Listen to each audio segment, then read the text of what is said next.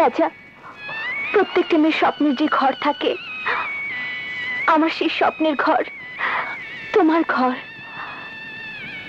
সেখানে আমাকে নিয়ে যাও। শেলি, আমি পারুম না। তুমি না আমার অনেক ক্ষতি হয়ে যাবে। এতে তোমার বাবা দুঃখ পাইবো। প্রয়োজন হলে আমি আর কোনোদিন বাবার কাছে যাব না।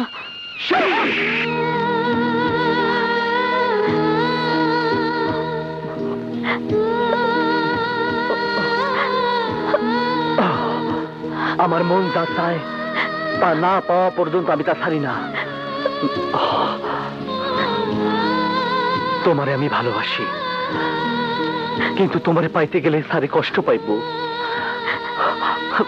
আর স্যারের আমি কষ্ট দিতে পারুম না।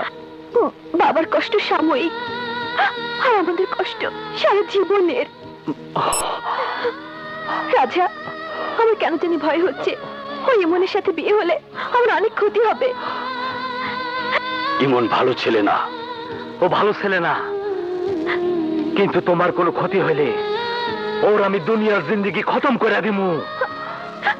আমি তোমাকে ছেড়ে যেতে চাই না। শেলি, শেলি, আমি অপারক। তাহলে আমি কি করব? শেলি, বাবা যা কইব তুমি তাই করবা। তার কথার বর খেলাপ আমি দুনিয়ার কাউরে করতে দেব না। এই রাজাও যদি করে তাহলেও আমি ক্ষমা করুম না। তবুও স্যার। না, তোমার কোনো জোর আপত্তি আমি শুনতে চাই না। তারপরও স্যার। আমার মান সম্মানের সাথে তোমার মান সম্মানও জড়িত, কারণ আমরা একই রাজনীতি করি। রাজার সাথে শেলি যদি কিছু করে ফেলে তাহলে ভেবে দেখো, এই আমার জন্য দলের দুর্নাম হবে। আর আপনি উত্তেজিত হবেন না স্যার। ইমন, তোমার সাথে আমি শেলির বিয়ে দিতে চাই এবং এই বাড়িটা আমি তোমার নামে লিখে দিতে চাই। বাড়ির কি প্রয়োজন স্যার? তুমি এটা না নিলে আমি ভাববো। স্যার, এটা তো শেলিরই সম্পদ। সময় সময় ছেলে মেয়েদের সম্পদ কমিয়ে দিতে হয়, তা না হলে ছেলে মেয়েরা জব্দ হয় না। আর তুমি না করবে না। আজই আমি দলিল করে দেব, তুমি অফিসে দেখা করবে। আপনি আমাকে দোয়া করবেন আব্বা। যাও যাও। নাম শুনোস নাই, গোড়া মসজিদের নাম শুনোস নাই, আমার নাম শুনে না আগে চলতে ভেগে যা। তুই তো ওর মায়ে মানুষ, মায়ে মানুষকে মারতে নাই, আদর করতে হয়। যাও যাও যা।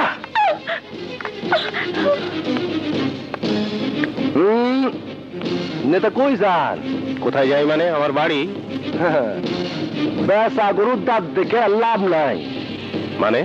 মানে ক্লিয়ার, আপনি বাড়ির দলিল লিখে দিছেন, অহন থেকে এই বাড়ির মালিক আমি।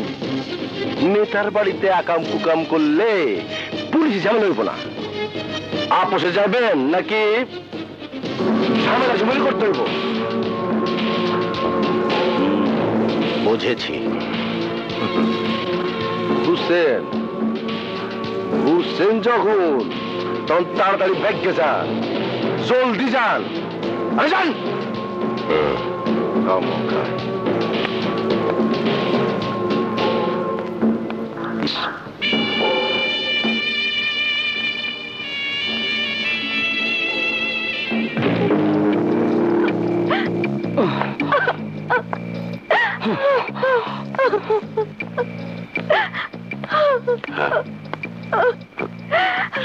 চিৎকার মনে মারছে।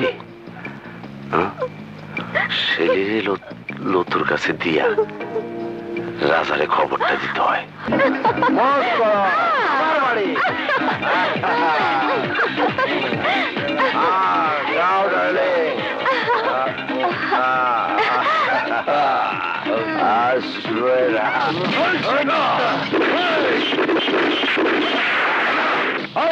খালাস করে দে।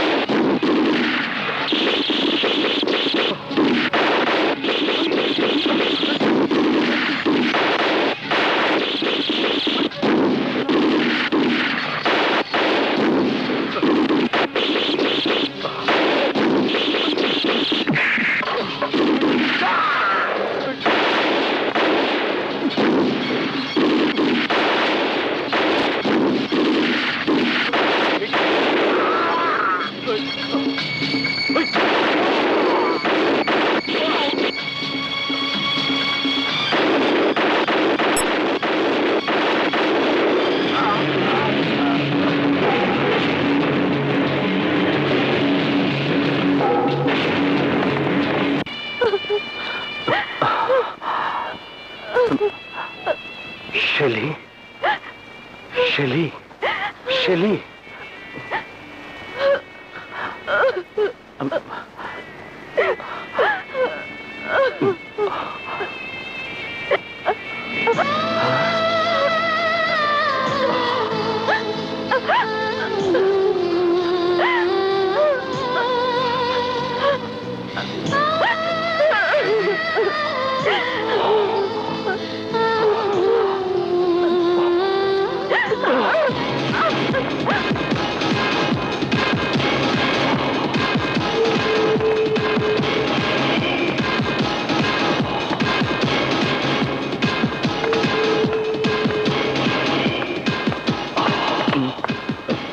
তুই শেলির গায়ে হাত তুলছস। রাজা, রাজা সরে যা, তা না হলে আগুন জ্বলে যাবে। বান্দির বাচ্চা, তুই শেলির গায়ে হাত তুলছস, তুই শেলিরে ব্ল্যাকমেল করতে চাইছস।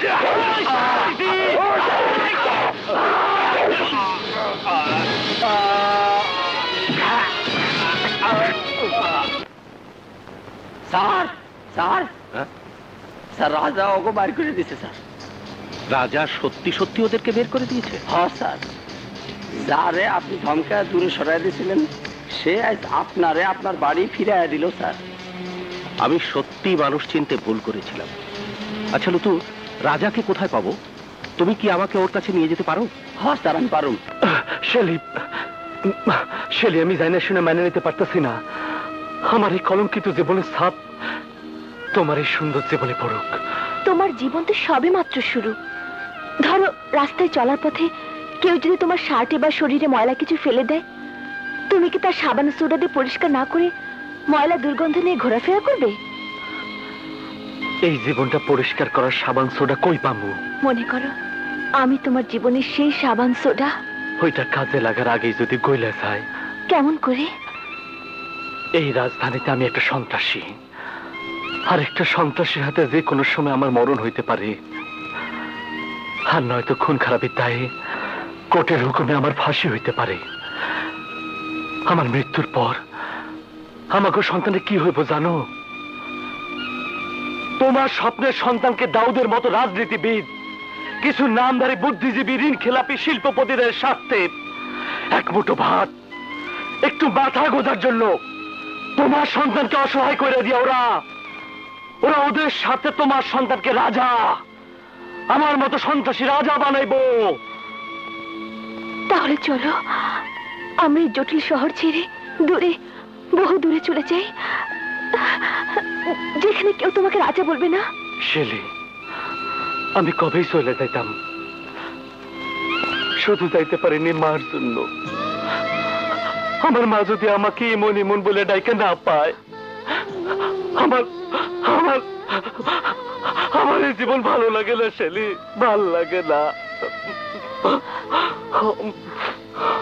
যেদিন মারে পামু সেদিনই আমি নিষ্ঠুর শহর ছেড়ে চলে যাবো। মারে মাথায় টুকরিতে নিয়ে ঘুরমু আর কমু, পরবর্তীকার আমার অতীতে যদি কোনো পাপ হইয়া থাকে তাহলে আমারে ক্ষমা করে দিও, আমার ক্ষমা করে দিও, ক্ষমা করে দিও। ইমন, বাংলার এমন মা ভক্ত ছেলেকে কোন মেয়ে স্বামী হিসেবে পেতে না চাইবে?